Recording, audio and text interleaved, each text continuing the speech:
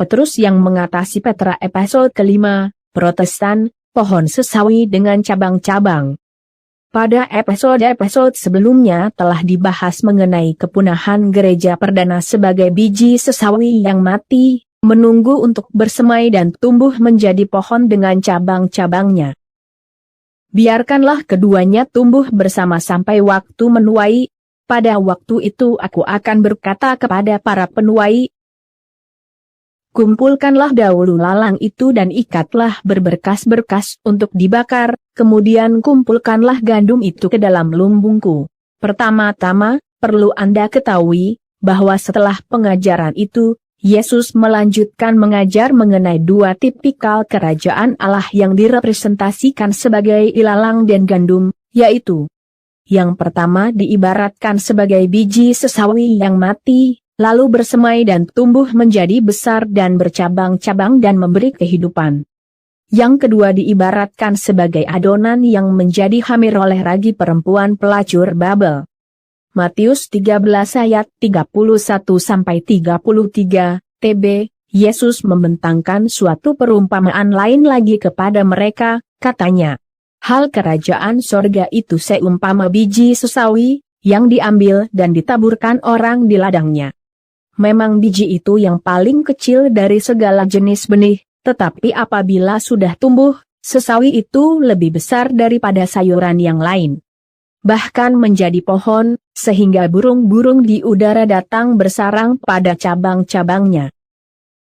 Yohanes 12 ayat 24 Aku berkata kepadamu, sesungguhnya jikalau biji gandum tidak jatuh ke dalam tanah dan mati, ia tetap satu biji saja, tetapi jika ia mati, ia akan menghasilkan banyak buah. Rupanya Tuhan memang merencanakan kematian gandum sesawi, agar bijinya mengalami fase kematian. Lalu akan tumbuh di suatu saat menjadi lebih besar dan kuat dibandingkan ilalang. Gereja perdana memang diizinkan untuk tumbuh bersama ilalang dan mati sebelum abad pertama berakhir. Dan ilalang akan menjadi kerajaan Allah tipikal kedua, adonan hamir. Sementara sisa-sisa jemaat akan melarikan diri ke daerah pegunungan. Dan sejarah mencatat bahwa sisa-sisa jemaat ini bertahan hingga abad ke-7. Sampai akhirnya seluruh adonan kekristenan menjadi hamir. Dan biji gandum sudah sempurna mengalami fase kematian. Tetapi Yesus Kristus menjanjikan bahwa gereja yang didirikan adalah seperti sebuah batu saja, Yunani, Petros, yang berada di atas bukit batu, Petra. Meskipun gereja itu kecil, namun Allah maut tidak akan berkuasa atasnya. Syaratnya adalah bahwa gereja tidak boleh menyayangkan nyawanya, sebab mereka akan memperolehnya kembali. Namun seorang iblis yang ada di tempat itu dinyatakan oleh Yesus tidak akan mati sebelum Yesus datang kembali. Ia akan menyayangkan nyawanya dan berkompromi dengan Antikristus, Kaisar Romawi, untuk memerintah dunia bersama-sama. Matius 16 ayat 18, 19, 21, dan 24-28, TB, dan aku pun berkata kepadamu, engkau adalah Petrus dan di atas batu karang ini aku akan mendirikan jemaatku dan Allah maut tidak akan menguasainya. Kepadamu akan kuberikan kunci kerajaan sorga. Apa yang kau ikat di dunia ini akan terikat di sorga dan apa yang kau lepaskan di dunia ini akan terlepas di sorga. Lalu Yesus berkata kepada murid-muridnya, setiap orang yang mau mengikut aku, ia harus menyangkal dirinya, memikul salibnya dan mengikut aku. Karena barang siapa mau menyelamatkan nyawanya, ia akan kehilangan nyawanya, tetapi barang siapa kehilangan nyawanya karena aku, ia akan memperolehnya. Apa gunanya seorang memperoleh seluruh dunia tetapi kehilangan nyawanya? Aku berkata kepadamu, sesungguhnya di antara orang yang hadir di sini ada yang tidak akan mati sebelum mereka melihat Anak Manusia datang sebagai Raja dalam kerajaannya. Terjemahan Matius 16 ayat 18 Kago de soy lego. Lalu aku berkata padamu, Hoti Syekh Petros, bahwa kau adalah sebuah batu saja. KEP tahu TTP Petra, namun mengatasi ini, Seng bukit bebatuan noikodo mesomeutan eklesian akan didirikan gerejaku. Kai pilai hado dan gerbang alamauto ukatis cisou sinautes akan tidak memiliki kuasa atasnya. Khotbah Yesus di Petra Kaisar Filipi itu, untuk memberi isyarat kepada jemaatnya mengenai penganiayaan yang akan datang. Dan bahwa jemaat harus siap menyerahkan nyawanya, untuk memperolehnya kembali, sebab maut tidak akan berkuasa atas mereka. Hal ini berlaku baik bagi jemaat individual maupun kelompok. Secara individu, seorang jemaat yang menyerahkan nyawanya akan dibangkitkan kembali pada saat sangkakala terakhir berbunyi. Kelompok jemaat yang menyerahkan nyawa akan memperoleh kelompok jemaat di masa mendatang. Saat terjadinya penganiayaan pertama, abad pertama, telah disampaikan oleh Yesus.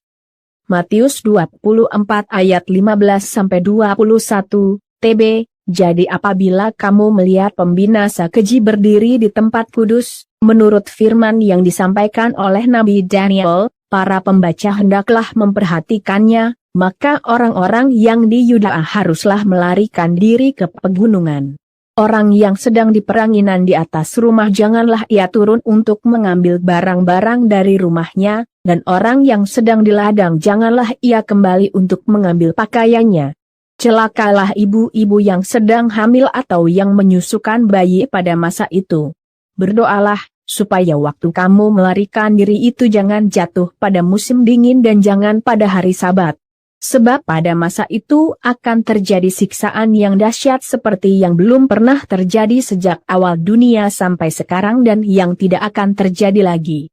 Dan sekiranya waktunya tidak dipersingkat, maka dari segala yang hidup tidak akan ada yang selamat, akan tetapi oleh karena orang-orang pilihan waktu itu akan dipersingkat. Apa yang diisyaratkan oleh Yesus ini digenapi pada tahun 70 sampai dengan 100 Masehi. Seluruh jemaat yang setia dibunuh, sedikit sisa-sisanya melarikan diri ke pegunungan Frigia, mereka dikenal sebagai kaum Montanis, dan mereka bertahan hingga sekitar abad ke-7. Hanya jemaat yang kompromi dengan penguasa dunia dibiarkan hidup tanpa harus menyangkal iman. Dan Yesus menyambung perkataannya memberi isyarat tentang yang akan terjadi pada jemaat berikutnya yang akan datang, kesukaran besar, dan kedatangan anak manusia untuk mengangkat jemaat. Pada waktu itu jika orang berkata kepada kamu, lihat, Mesias ada di sini, atau Mesias ada di sana, jangan kamu percaya datang, sebab Mesias-Mesias palsu dan nabi-nabi palsu akan muncul dan mereka akan mengadakan tanda-tanda yang dahsyat dan mujizat-mujizat, sehingga sekiranya mungkin, mereka menyesatkan orang-orang pilihan juga. Camkanlah, aku sudah mengatakannya terlebih dahulu kepadamu. Jadi, apabila orang berkata kepadamu, lihat, ia ada di padang gurun, janganlah kamu pergi ke situ, atau, lihat, ia ada di dalam bilik, janganlah kamu percaya. Sebab sama seperti kilat memancar dari sebelah timur dan melontarkan cahayanya sampai ke barat, demikian pula lah kelak kedatangan anak manusia. Di mana ada bangkai, di situ burung nasar berkerumun. Segera sesudah siksaan pada masa itu, matahari akan menjadi gelap dan bulan tidak bercahaya dan bintang-bintang akan berjatuhan dari langit, dan kuasa-kuasa langit akan goncang. Pada waktu itu akan tampak tanda anak manusia di langit dan semua bangsa di bumi akan meratap dan mereka akan melihat anak manusia itu datang di atas awan-awan di langit dengan segala kekuasaan dan kemuliaannya. Dan ia akan menyuruh keluar malaikat-malaikatnya dengan meniup sangkakala yang dahsyat bunyinya dan mereka akan mengumpulkan orang-orang pilihannya dari keempat penjuru bumi, dari ujung langit yang satu ke ujung langit yang lain. Tariklah pelajaran dari perumpamaan tentang pohon ara, apabila ranting-rantingnya melembut dan mulai bertunas, kamu tahu bahwa musim panas sudah dekat. Demikian juga, jika kamu melihat semuanya ini, ketahuilah bahwa waktunya sudah dekat, sudah diambang pintu. Aku berkata kepadamu, sesungguhnya angkatan ini tidak akan berlalu, sebelum semuanya ini terjadi. Langit dan bumi akan berlalu, tetapi perkataanku tidak akan berlalu. Tetapi tentang hari dan saat itu tidak seorang pun yang tahu, malaikat-malaikat di sorga tidak, dan anak pun tidak, hanya Bapa sendiri. Sebab sebagaimana halnya pada zaman Nuh, demikian pula halnya kelak pada kedatangan anak manusia. Sebab sebagaimana mereka pada zaman sebelum air bah itu makan dan minum, kawin dan mengawinkan, sampai kepada hari Nuh masuk ke dalam bahtera, dan mereka tidak tahu akan sesuatu, sebelum air bah itu datang dan melenyapkan mereka semua, demikian pula lah halnya kelak pada kedatangan anak manusia. Pada waktu itu kalau ada dua orang di ladang, yang seorang akan dibawa dan yang lain akan ditinggalkan, kalau ada dua orang perempuan sedang memutar batu kilangan, yang seorang akan dibawa dan yang lain akan ditinggalkan. Karena itu berjaga-jagalah, sebab kamu tidak tahu pada hari mana Tuhanmu datang. Tetapi ketahuilah ini, jika tuan rumah tahu pada waktu mana pada malam hari pencuri akan datang, sudahlah pasti ia berjaga-jaga, dan tidak akan membiarkan rumahnya dibongkar. Sebab itu, hendaklah kamu juga siap sedia, karena anak manusia datang pada saat yang tidak kamu duga. Kapankah kerajaan Allah tipikal pohon sesawi itu datang, dari mana, dan apa tanda-tandanya? Lukas 17 ayat 20 dan 21, TB, atas pertanyaan orang-orang Farisi, apabila kerajaan Allah akan datang, Yesus menjawab, katanya, kerajaan Allah datang tanpa tanda-tanda lahiriah, juga orang tidak dapat mengatakan, lihat, ia ada di sini atau ia ada di sana. Sebab sesungguhnya kerajaan Allah ada di antara kamu. Orang-orang Farisi menanyakan hal itu karena mereka mempercayai bahwa Tuhan akan datang dengan beribu-ribu orang kudus. Sementara yang mereka saksikan hanya segelintir saja pengikut Yesus. Orang-orang Farisi bahkan memiliki pengikut berkali lipat dari jumlah pengikut Yesus. Kerajaan Allah ada di antara mereka, yaitu para pengikut Yesus yang dipersiapkan menjadi biji sesawi yang akan mati, kemudian tumbuh menjadi besar di akhir zaman.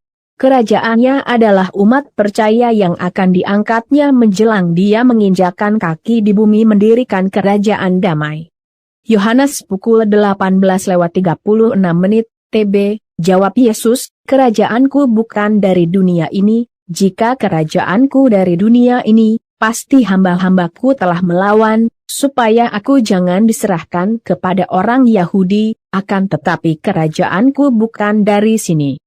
Kerajaan Yesus terdiri atas orang-orang yang dilahirkan oleh Allah melalui iman kepada Tuhan Yesus. Bukan berdasarkan silsilah apostolik, ataupun petunjuk dongeng-dongeng yang disebut tradisi suci. Sama seperti Paulus dipilih menjadi Rasul Kristus tanpa minta petunjuk dari manusia. 1 Yohanes 5, 1, 4-5, TB, setiap orang yang percaya bahwa Yesus adalah Kristus, lahir dari Allah, dan setiap orang yang mengasihi Dia yang melahirkan, mengasihi juga Dia yang lahir daripadanya sebab semua yang lahir dari Allah, mengalahkan dunia. Dan inilah kemenangan yang mengalahkan dunia, iman kita. Siapakah yang mengalahkan dunia, selain daripada dia yang percaya, bahwa Yesus adalah anak Allah. 1 Timotius 1 ayat 3 dan 4, TB, ketika aku hendak meneruskan perjalananku ke wilayah Makedonia, aku telah mendesak engkau supaya engkau tinggal di Efesus dan menasihatkan orang-orang tertentu, agar mereka jangan mengajarkan ajaran lain ataupun sibuk dengan dongeng dan silsilah yang tiada putus-putusnya, yang hanya menghasilkan persoalan belaka, dan bukan tertib hidup keselamatan yang diberikan Allah dalam iman. Galatia 1 ayat 16 dan 17, TB, berkenan menyatakan anaknya di dalam aku, supaya aku memberitakan dia di antara bangsa-bangsa bukan Yahudi, maka sesaat pun aku tidak minta pertimbangan kepada manusia, juga aku tidak pergi ke Yerusalem mendapatkan mereka yang telah menjadi rasul sebelum aku, tetapi aku berangkat ke tanah Arab dan dari situ kembali lagi ke Damsyik. Secara lahiriah, Berdasarkan berita tentang nama Tuhan Kerajaan Allah berasal dari suatu kumpulan yang bergembala satu. Dan kita tahu bahwa kumpulan itu adalah Katolik Romawi yang memiliki satu paus. Yohanes 10 ayat 16, TB, ada lagi padaku domba-domba lain, yang bukan dari kandang ini, domba-domba itu harus kutuntun juga dan mereka akan mendengarkan suaraku dan mereka akan menjadi satu kawanan dengan satu gembala. Saya terjemahkan secara langsung dari bahasa aslinya. Kayala probata eko, artinya dan ada domba-domba lain ku miliki, hauk osine tsul stouts, artinya yang bukan bagian kawanan ini. Kakeina de imi agagein, artinya mereka juga perlu kutuntun keluar. Fonsmou akakosin, artinya suaraku akan didengar. Kai genson tainia poim hais poim, artinya dan akan ada satu kandang dengan satu gembala lain.